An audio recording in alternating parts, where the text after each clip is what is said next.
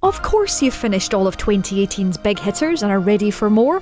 Prep yourself for the 10 most exciting games of 2019. Got 2018's games all done? Tick them all off like a nice checklist? Oh, how satisfying. Completion.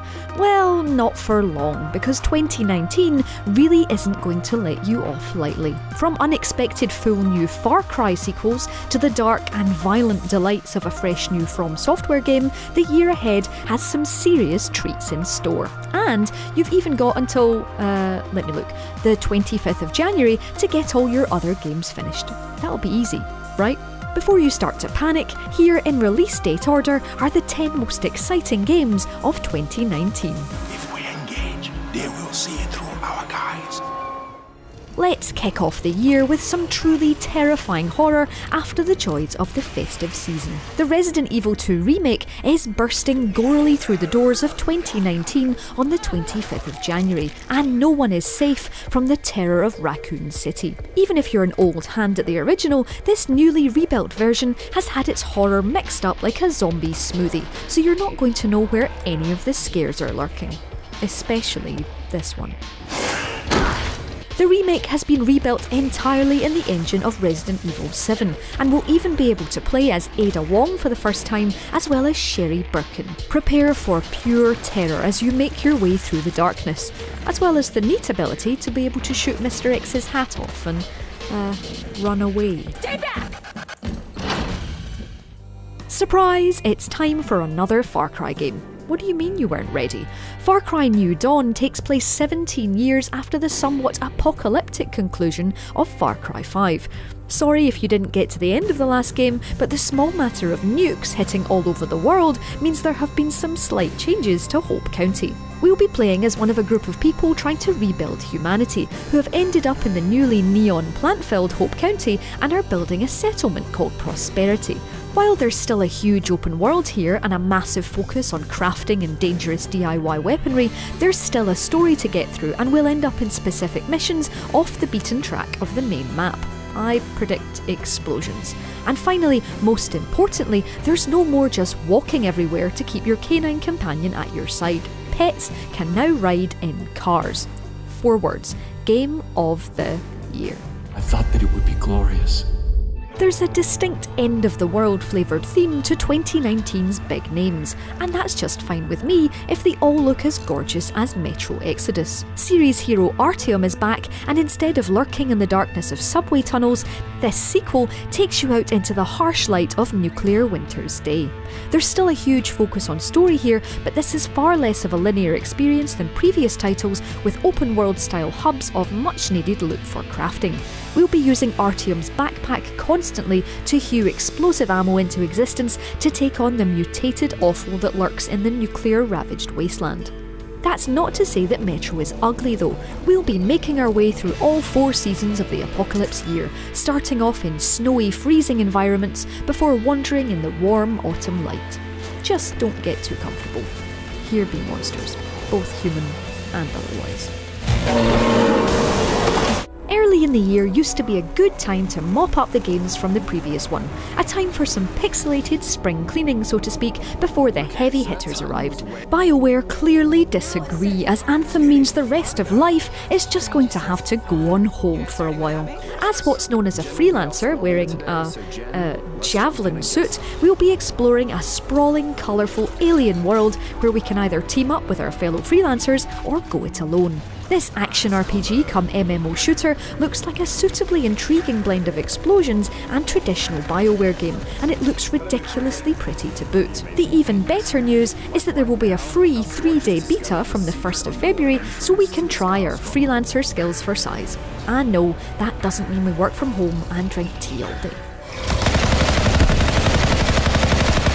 It's been a whole decade since we had a full Devil May Cry game, so it was about time we got to spend some quality time with characters with great hair and even better weapons. This time, we'll be splitting the action between Dante, Nero and the new and mysterious V. It's going to be business as usual when it comes to a Devil May Cry game, with all manner of creatures to dice up into a million pieces as fast as possible, but there are some significant combat upgrades for 2019.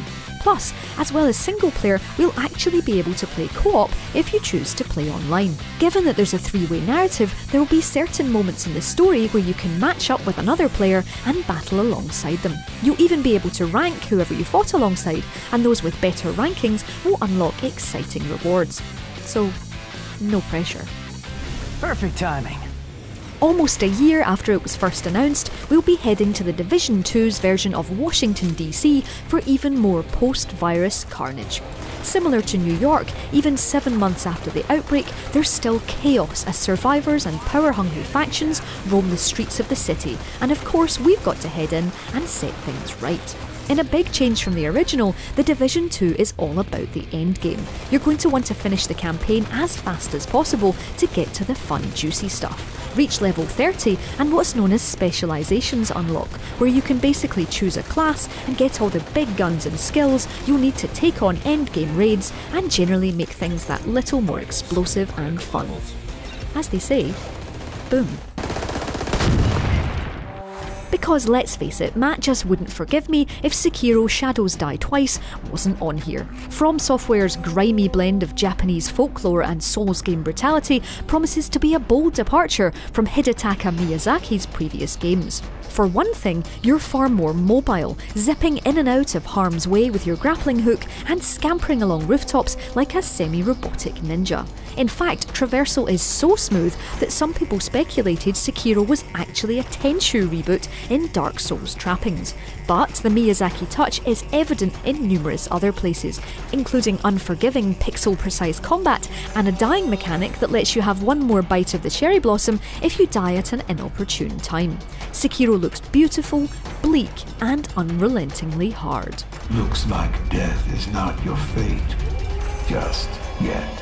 Some games suffer from identity crises. They try and tell thoughtful stories one moment, then let you blow everything up the next. But Rage 2 knows exactly what it is. A bombastic, blustering, breathless explosion of colour and violence that demands you embrace carnage and forget about story. There's a reason behind Rage 2's madness, of course, but it all feels like a valid excuse to zoom around its vivid post-apocalypse, having as much destructive fun as possible.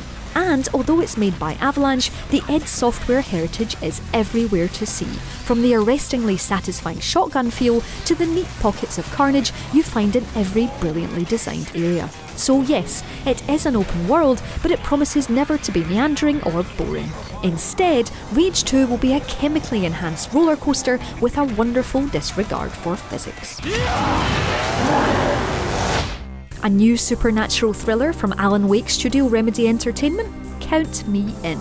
There's been just enough teasing about what lies in store in Control to make it far too exciting as we join a woman called Jessie Faden, the very new director of the Federal Bureau of Control.